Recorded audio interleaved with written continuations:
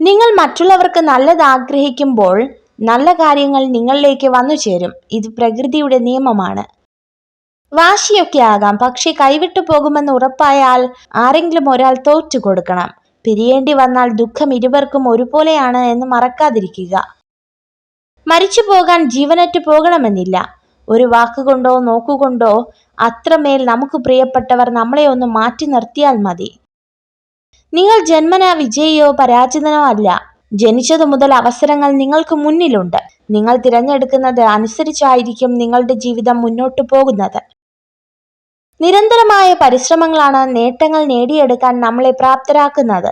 വിജയത്തിന് ഭാഗ്യത്തെ ആശ്രയിക്കുന്നതിലും പരാജയത്തിന് ഭാഗ്യത്തെ കുറ്റപ്പെടുത്തുന്നതിലും യാതൊരു അർത്ഥവുമില്ല.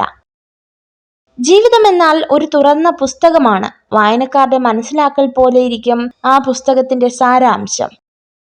നിന്റെ സാഹചര്യം മറ്റുള്ളവർക്കൊരു തമാശയായിരിക്കും. അവരിൽ ആ സാഹചര്യം എത്തുന്നത് വരെ മുറിവുണക്കാതെ ഹൃദയത്തിന് പുതിയ വേദനകൾ ഭാരമാവില്ല. മഹാനെ പോലെ ജീവിക്കേണ്ടതില്ല, മനസ്സാക്ഷിക്ക് അനുസരിച്ച് ജീവിക്കുക. അഭിനന്ദിക്കുന്നവരുടെ മനസ്സ് ഏറ്റവും സത്യസന്ധവും വിശാലവുമാണ്. എന്നാൽ സുഹൃത്തിന്റെ വിജയത്തിൽ അസ്വസ്ഥനാകുന്നവൻ സ്വാർത്ഥനും അസൂയാലുവുമാണ്. അറിവാണ് ഒരു മനുഷ്യന്റെ ഏറ്റവും വലിയ മിത്രം.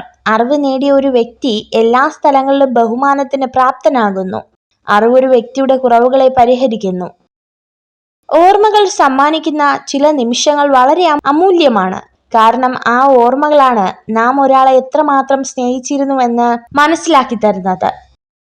നമ്മൾ ചോദിച്ചു വാങ്ങുമ്പോഴല്ല, നമുക്കായി എന്തും മനസ്സറിഞ്ഞ് തരുമ്പോൾ മാത്രമാണ് അവയെല്ലാം നമുക്ക് വളരെ പ്രിയപ്പെട്ടതാവുക.